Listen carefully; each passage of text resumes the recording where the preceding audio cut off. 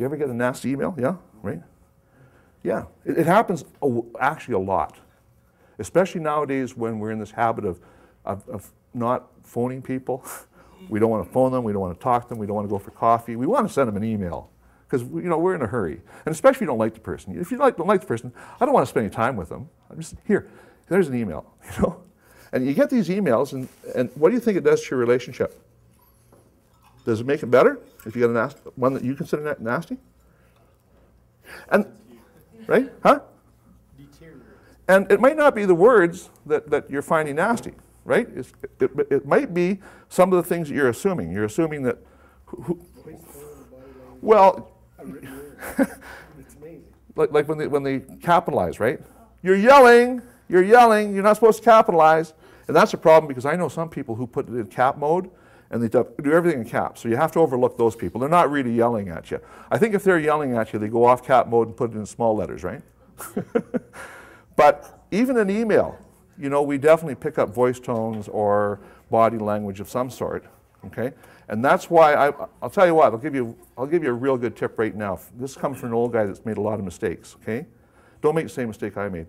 Never, ever, ever, never, ever, ever send a nasty email or a negative email to somebody. If you have to be negative, don't do it by email. That's a horrible way to do it, okay?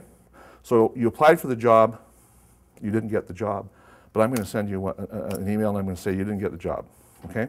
When I could have had I could have made it a bit more personal. I know it's hard to say, I know it's hard to have that kind of discussion, but I think it's a lot better to do this personally, because when I do it personally, when I do it face to face, I have a chance to use my body language to affect my voice tones and so on and so forth, okay? I really like you. I like working with you, and I think we've got, you've got a very bright future.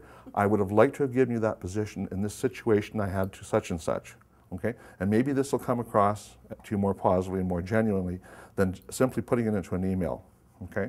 Or if you have to straighten somebody out, I encourage you, do not try to straighten people out with an email, because what happens is a couple things. Well, obviously, you can forward an email. So, okay, oh, look at this person's really, I had somebody once say to another person, they said, they sent a really nasty email, and this person responded, best response I ever heard. They said, it's quite clear that a madman has broken into your office and has taken control of your computer and is sending out messages. It's obviously a madman that's doing this, because this is what they sent me. You know what I mean? That's how sometimes people feel about these nasty messages. They can be forwarded, they can be printed, they can be saved for years to come. You may never get away from it. 20 years from now, the guy's retiring and he's walking out the door with a file and it's full of your nasty emails that he printed. We never get over it. And then the other thing is, have you noticed that when you see it in writing, it hurts more?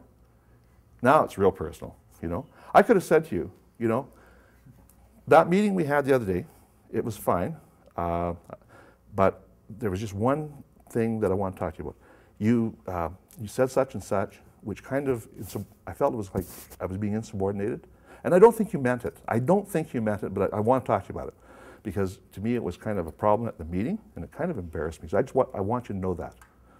Can we talk about it? Can we go for coffee and talk about it? Can we?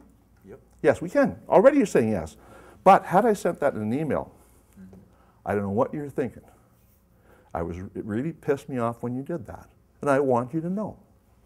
And you got it, okay, fine. Print, or forward, whatever. So my advice, always, by all means, if you've got something positive to say, it's okay to put in an email. But if you've got something negative to say, even if you're saying no to something, it's a good idea to avoid something in writing.